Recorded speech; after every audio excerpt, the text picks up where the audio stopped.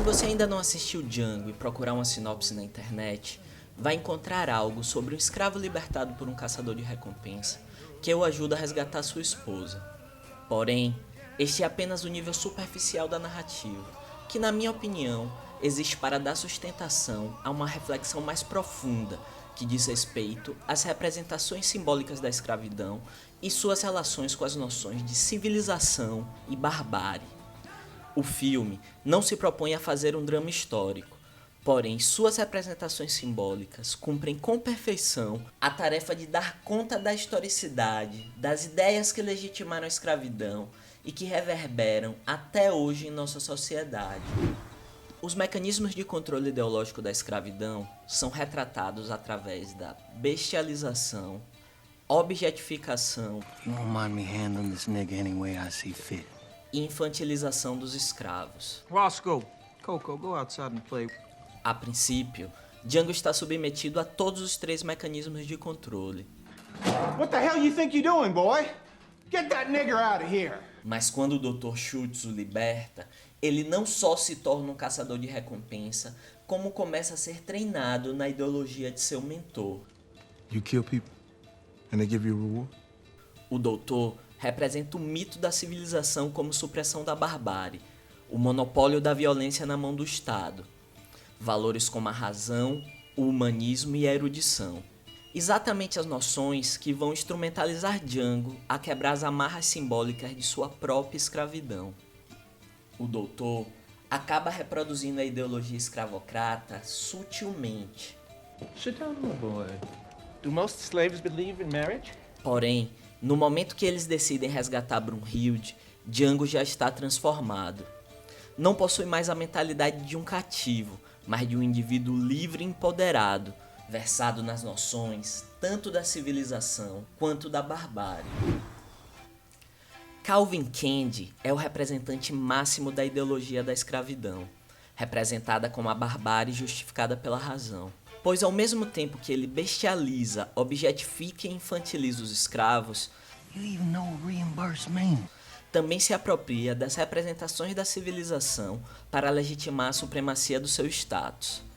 Calvin alicerça sua identidade em um classicismo de mau gosto, presente na arquitetura dos locais que frequenta, nas músicas que escuta, assim como nos francesismos afetados. He is a bit of a francophile. What civilized people aren't. Projetando uma falsa imagem de erudição que o ajuda a legitimar seu poder.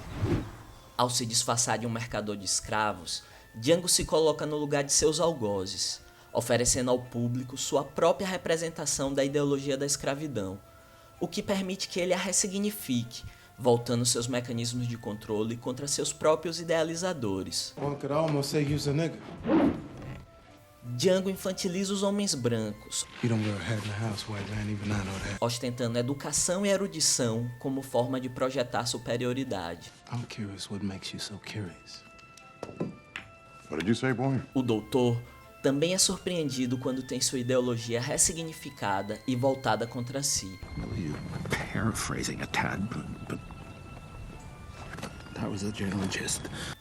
A partir deste momento, Django se emancipa subjetivamente de seu mentor, passando a ser o verdadeiro condutor das ações. I'll reimburse you. You will? No, he won't. A mentalidade do doutor está tão arraigada em valores civilizados que ele se torna incapaz de representar a barbárie de forma satisfatória. Do mesmo jeito que não consegue suportar a apropriação dos signos de sua própria ideologia. Please stop playing Beethoven. Take your hands off the harp. Calvin tolera Django por causa da soma exorbitante que o doutor oferece pelo escravo mandingo. Porém, Stephen entende imediatamente o potencial subversivo daquele negro montado a cavalo. Ele também sabe como navegar as estruturas de poder, apropriando-se tanto da simbologia da barbárie quanto da civilização. Mas para isso, ao contrário de Django, projeta uma imagem de inferioridade. A aparente fragilidade do seu corpo e intelecto dissimula verdadeiramente por trás de Candyland, pois sendo um escravo, é necessário que manipule seus senhores para exercer sua influência. Ele utiliza as representações da civilização apenas para construir sua verdadeira identidade, revelada na hora de impor a autoridade de sua visão a Calvin.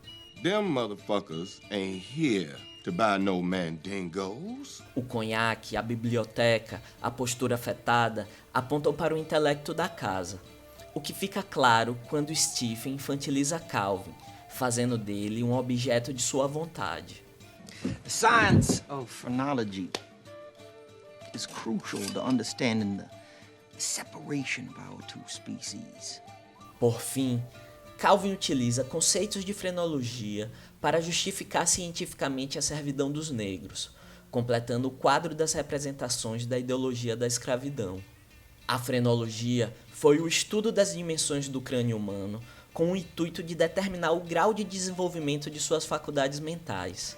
Apesar de ser considerada hoje como pseudociência, esta premissa serviu de base para a construção da noção de eugenia, que visa a seleção artificial dos supostamente mais aptos para melhorar as qualidades raciais das futuras gerações. Diante disto, impossível não perceber as relações da narrativa com Bastardos Inglórios. Estão presentes a bestialização dos indivíduos dito inferiores. If one were to determine what attributes the Jews share with the beast, it would be that of the rat. Assim como o classicismo de mau gosto.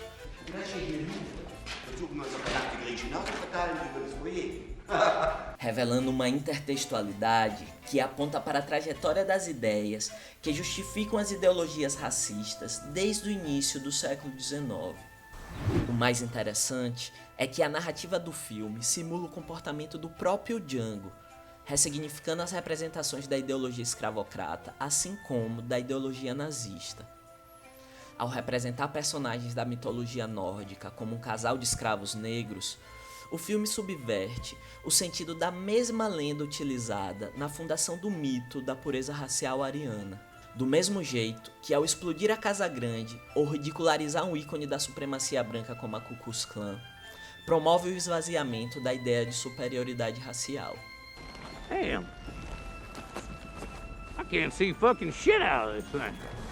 Assim, é natural que o filme tenha causado controvérsias, pois ressignifica e profana representações ideológicas de ambos lados da questão. Além do fato de que deve ser insuportável para o status quo ver um homem negro matando brancos com tanto estilo. Django! You black son of a bitch! The D is silent, hillbilly. Nesse sentido, Django contrapõe filmes como Desejo de Matar, onde um cara branco mata negros e latinos retratado como criminosos e pervertidos. Mas isso ninguém acha estranho.